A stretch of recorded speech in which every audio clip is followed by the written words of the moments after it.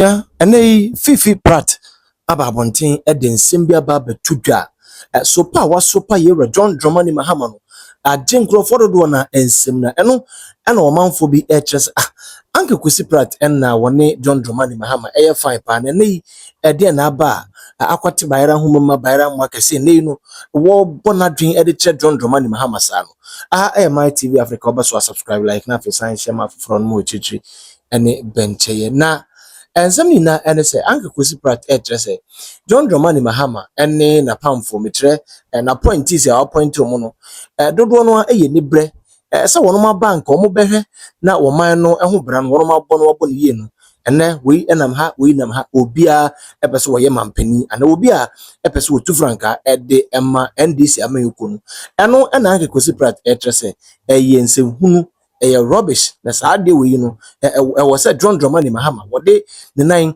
edisi from no we no and then they was so see John Dramani Mahama and so jebre ne team nchire bra. David, I mean, to be honest, I feel very sad for President John Dramani Mahama.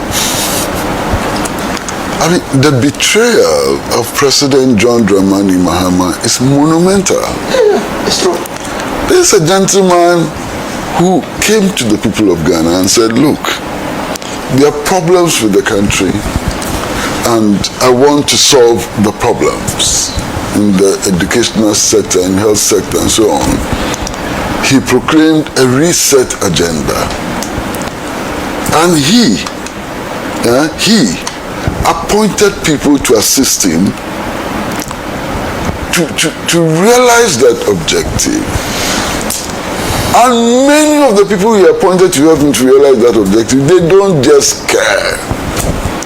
They don't care about reset. They don't care about restructuring the economy. They don't care about anything. All they care about is replacing him. What? Poor Mahama. Poor Mahama. And he's sitting there being held hostage. You know, and he's not been able to crack the whip. And they're dancing around him in circles and making nonsense of all the proclamations he has made. It's unbelievable.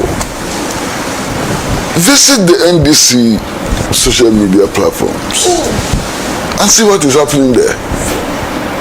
Who is talking about how to achieve the 24-hour economy? That's not their concern. It's about who is going to replace Mahama. It's so sad, it's unbelievable. So he appointed these people to help him leave a legacy. The people he appointed to help him to leave a legacy are saying to us that, oh, don't worry, very soon you become a lame duck. That's what they say. Yeah. They say, by next year you'll be a lame dog, you have no power, we don't have to respect him. So let's start our campaign. What? And they're actually campaigning. Can you just imagine? Don't you pity President Mahama? It's so sickening, it's sad. And what does this tell the people of Ghana? What this tells the people of Ghana is that those at the helm of affairs don't care about us. They don't care about us. It's about themselves. Their ambition to become president. And sometimes I wonder whether they understand what it means to be president. Sometimes I suspect that it's about just driving in convoys with sirens and so on, the trappings of office. And quite frankly, David, some of the people who want to be president, look at them, do they look like presidents? Do you think they have the capacity to be president? What is this rubbish? And it's happening all the time. In spite of caution by well-meaning people, it's getting worse. I know as a fact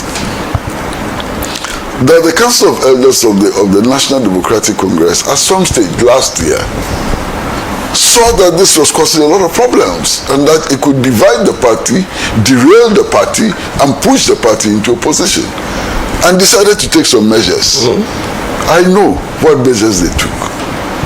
And I know who went to the Council of Elders of the NDC to promise that they were going to stop. Have they stopped? It's getting dirtier and dirtier every day. It's sickening.